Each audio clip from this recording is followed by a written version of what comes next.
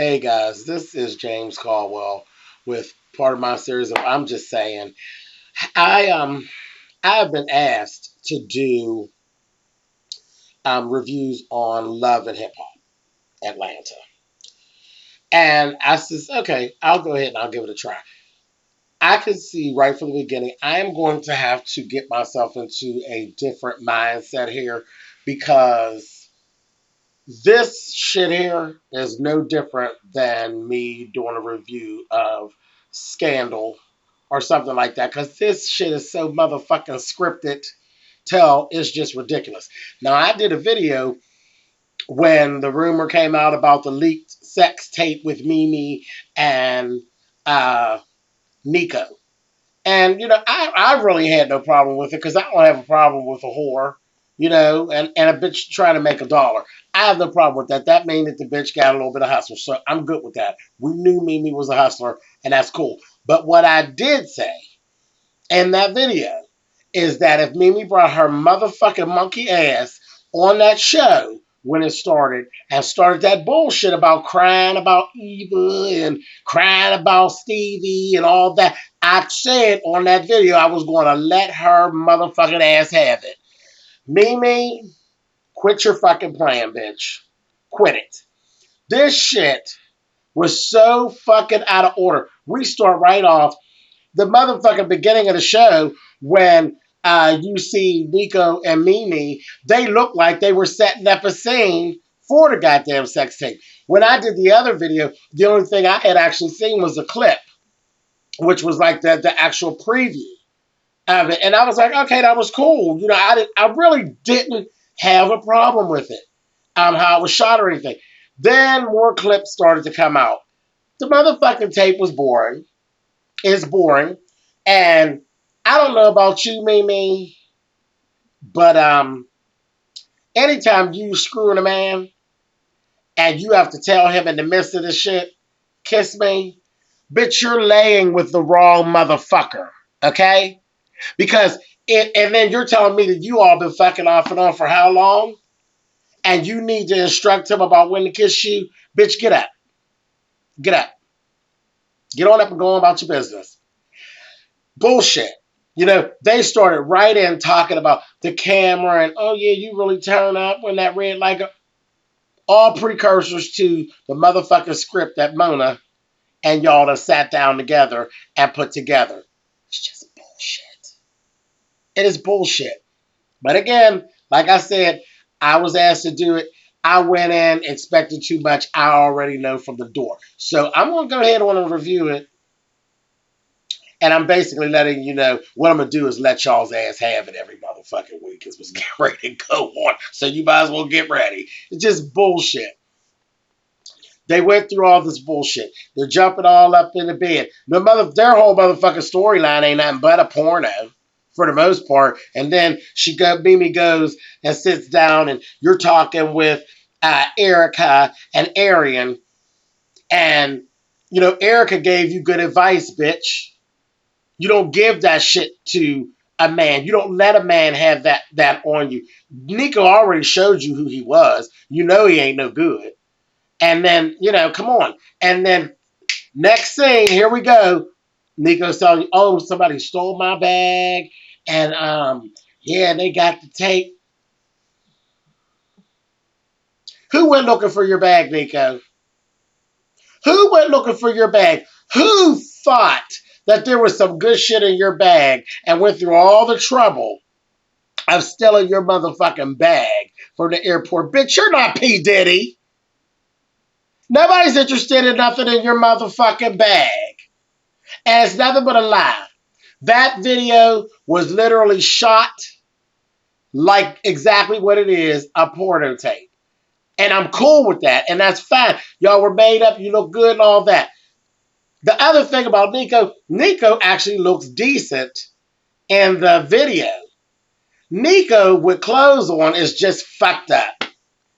Just a suspect, and he need a motherfucking stylist or something. When he puts clothes on, he's not very interesting. With his clothes off, he was better, and that's sad. That's really sad. Here you go. Oh, a naked motherfucker. That's cute. put a hat on him. Oh, get that motherfucker out of here. That's basically it. He was sitting there at that table talking to Mimi. I'm looking at him. I said, he is ridiculous. Ridiculous. I've wasted all the tape on them too that I'm going to waste today because we're going to have plenty of them throughout the season. But Mimi, girl, stop it. Stop it. Stop it, honey. That crying and all that, like you so scared of Stevie J. Oh, and then you're over him. But meanwhile, you're going to go the whole length of being shady and sending Jocelyn a stripper pole as a wedding gift.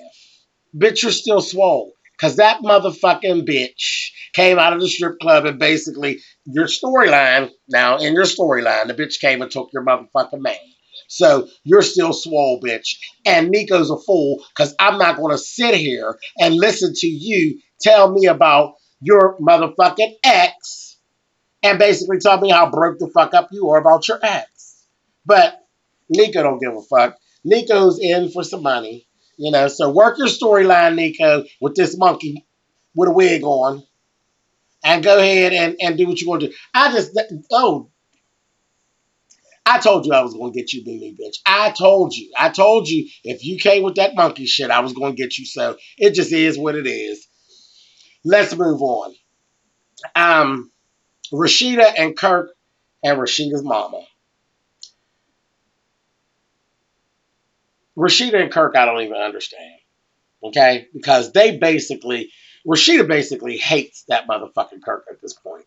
Baby, you need to cut your losses, take your motherfucking baby and whatever, and go the fuck on. Because there is nothing worse than coexisting in a house with a motherfucker that you hate. Because from listening to you, bitch, I can tell that when you walk past Kirk and he's laying down somewhere asleep, bitch, you want to punch him in his motherfucking eye. Cut your losses and come the fuck on up out of there.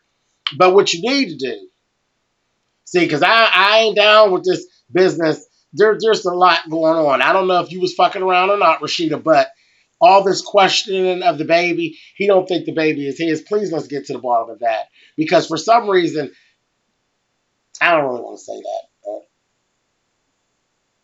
I don't know. But I believe that he doesn't believe it's his baby. And I watched him with the baby, and he was really good with the baby and stuff, but he was carrying the baby around like it was his godchild. So that was what I clocked. I'm just saying. Let the baby, that's fine. He could be a good goddaddy to the baby. And he was absolutely right when he said for your mammy to keep her motherfucking mouth off that baby. I don't play it. I've never played it. I don't do it.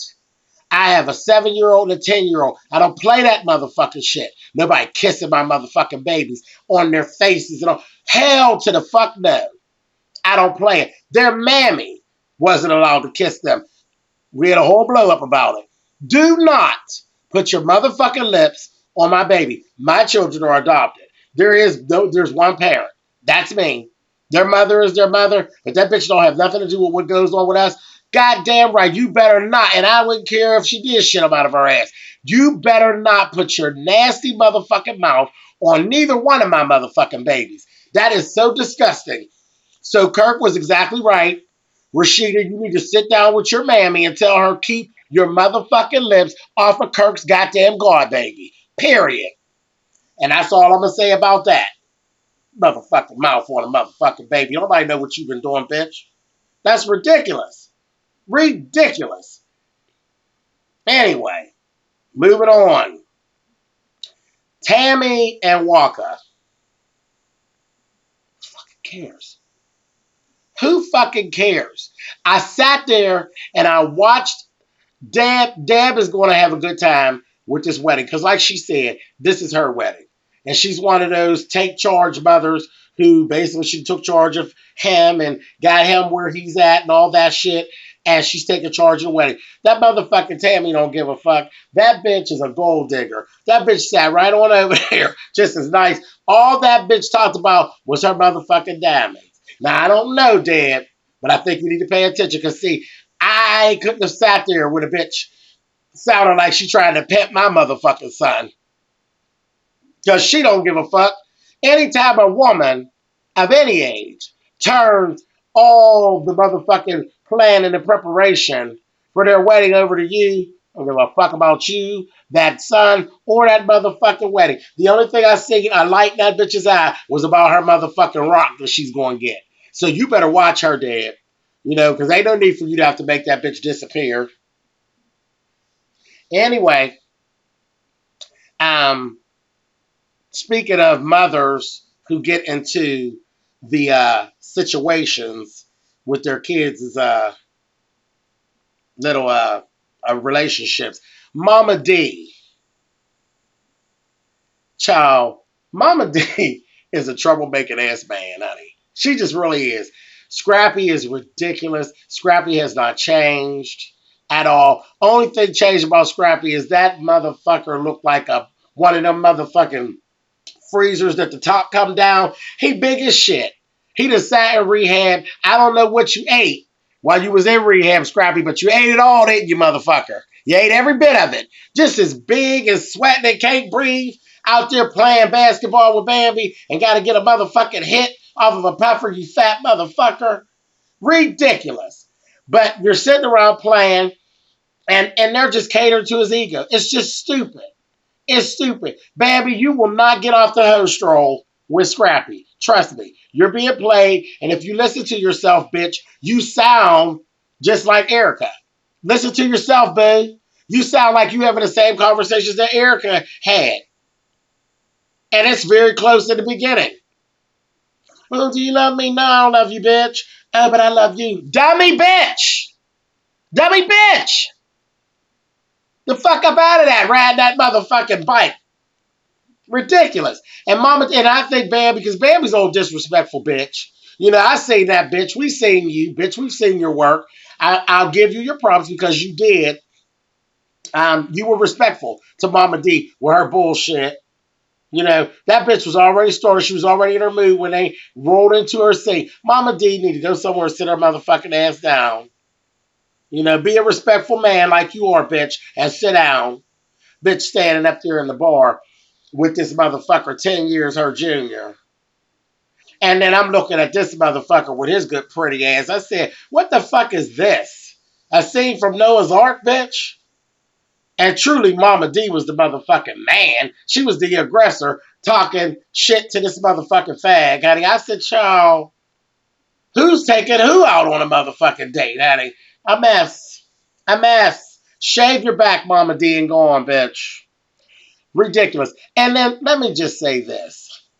And I'm going to get on out of here because I done rambled on for almost 13 minutes on these ridiculous motherfuckers. Arian. Girl, let me give you a piece of advice, honey. Go on and be happy, honey. Fuck trying to get a new piece and all that bullshit. Go and snatch Mimi.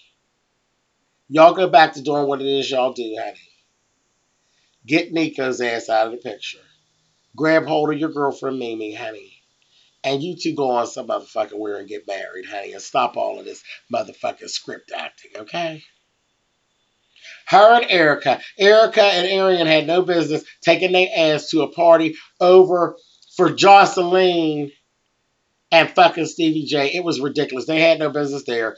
And Jocelyn should have spit at Arian's face about questioning or anything. But again, Jocelyn has to go through whatever is actually on the paper. You know, as a writer myself, you know, bitch, you go and you follow the script how the fuck I read it. And on that, Love and Hip Hop Atlanta Season 3, Episode 1. Honey, it's going to be an interesting time here with these people. And I can pretty much tell you, I'm going to end up letting them have it because this is just so fucking scripted. So fucking scripted. Anyway, leave your comments. Thumbs up if you like. Thumbs down if you like. It is what it is. I'm just saying, I can only report what I see. My name is James Caldwell, and I'm speaking for SpillItBoy.com. You can follow me at Twitter at SpillItBoy. I love you guys. I will see you next week for another reading session. Bye, guys.